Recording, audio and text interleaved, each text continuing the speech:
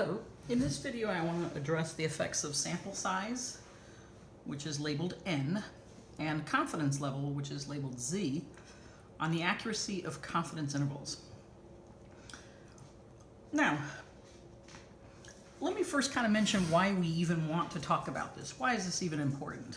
Well, let me give you an analogy. Let's say you're building a house. When you're building a house, people always want three things. They want high quality materials and workmanship. They want the job done quickly, so high speed. And then of course they don't want to pay much. They want low cost. But the truth is, if you think about it, there's no way you can have all three. There's just no way you can have all three at once. So if you want a lot of high quality and you want the job done fast, you're gonna have to pay a lot more, you know. So the best you can do is 2 out of 3. Sometimes you can only do 1 out of 3. So I want to make that analogy then of building a house to making a confidence interval. When you're making a confidence interval, you would like 3 things. High accuracy, which means the most narrow interval you can get, so you're practically on top of P. You want low cost, and you'd like a high confidence. You want to be very confident in your interval. Now, let me just kind of mention here, what do we mean by accuracy? So I'm going to exaggerate something and show you what I mean by accuracy. I could have a tremendous confidence, 100% confidence in a statement. So let's see, for example, if I said, we're 100% sure, oops, sure should be in there. Let me put that in there. Or confident, that between 0 and 100% of all Americans have health insurance. Well, okay, of course that statement is true because it's useless. I mean, if I'm going to take the entire interval that's possible, we know percent is always between 0 and 1 or 0 and 100%. So obviously that doesn't do any good because it doesn't narrow it down. So we would like high accuracy, right? High accuracy, which really translates into the most narrow interval possible, okay? Now, let's take a look at how you calculate a confidence interval for a population proportion. So if you remember, anytime I want to calculate any estimate, right, any confidence interval for something, I first have to start out with a sample. I take a sample, and that's called a sample statistic. And then to that, I want to add or subtract a little bit of leeway, which in statistics is the margin of error. Now, in our case, since we're dealing with a yes and no trait, for example, do Americans have health insurance or not, right? Then the sample statistic is going to be a sample proportion, or a p-hat. And then to that, we're going to add or subtract the confidence level, how many standard errors we're going to add and subtract from that sample. So when you multiply z times standard error together, that's the margin of error. So those two things multiplied is the margin of error. But we can break this down a little bit more because standard error is really the formula for the estimator for standard deviation, where you're replacing p with p hat. So this right here, square root of p hat times 1 minus p hat over n, that's the standard error, right? Now, when you look at this then, when you're actually looking at the nitty gritty and you're calculating a confidence interval, this is what you use, right? So if you look at it, you can't really change your sample. I mean, you take a sample, hopefully you've taken it correctly, you meet all conditions. You know, that costs a lot of money. So what you're going to want to do, and excuse me for my cat, is you're going to use that sample. The only thing you can really change is your confidence level, or maybe you could increase your sample size. So these are the two things you have some control over, Z and N. So Z is talking about your confidence level, and N is your sample size. So that's what we're going to look at. What are the effects of these two, confidence level and sample size, on the accuracy of your confidence interval? All right, so first we're going to look at the effect of Z.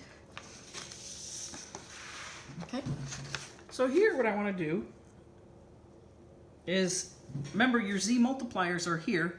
So if I want an 80% confidence level, I use the Z multiplier 1.282. If I want a 95% confidence level, I use the multiplier 1.960. Right? So let's suppose in our example we have a sample proportion is 32% and we have a sample size of 25. Well, we're going to calculate 2 different confidence intervals of different levels, because we're looking at the effect of Z, right, confidence level. So we're going to look at the difference between using the 80% confidence with the Z multiplier of 1.282 and then a 99% confidence interval with a Z multiplier of 2.576. So here we go. I calculated the standard error. Since the standard error only has p hat and n, that won't change. So I went ahead and substituted 0.32 here and then n of 25 and got 0.093. You can verify that for yourself if you like. So when I go to compute an 80% confidence interval, I start out with my sample, 32%. I'm going to add or subtract the margin of error, which is the Z multiplier times the standard error. Well, in this case, remember the standard error is the same. It's 0.093. And when we calculate the 99% confidence interval, the p hat and the standard error are going to be the same. The sample proportion and the standard error are going to be the same. The only thing that's going to be different is the Z multiplier. That is the only thing that's going to change in this problem. It's whether I use 1.282 or whether I use 2.576 because of my confidence level. And then when you actually do the calculations, you should get between about 20.1 to 43.9 versus 8% to 56%. So I went ahead and graphed this so you could really see, look at the difference in how wide or narrow this is. So which one is much wider? Well, obviously the 99% confidence interval. Look how much wider it is. So remember, when you calculate the confidence interval, you start with your sample proportion, which in our case is 0.32. Here it is, about 0.32. Oops, sorry about that.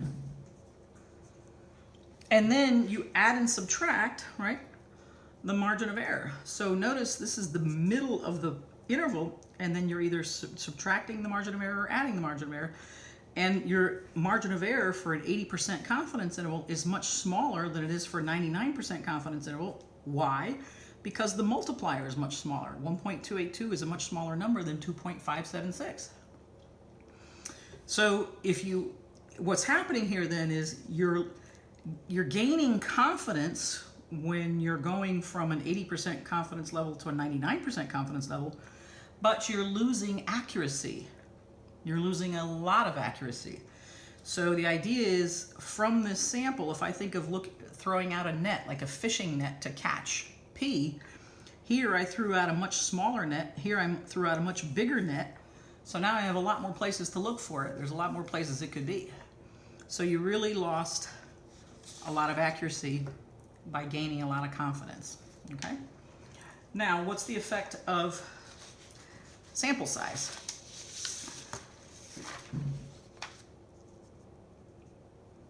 All right, so here I'm going to go from a sample size of 25 to a sample size of 1,000 and show how that changes. Now, obviously, your sample size is in part of your standard error, so your sample size affects your standard error. Whoop. Oh, my cats are very active today. Sorry about that.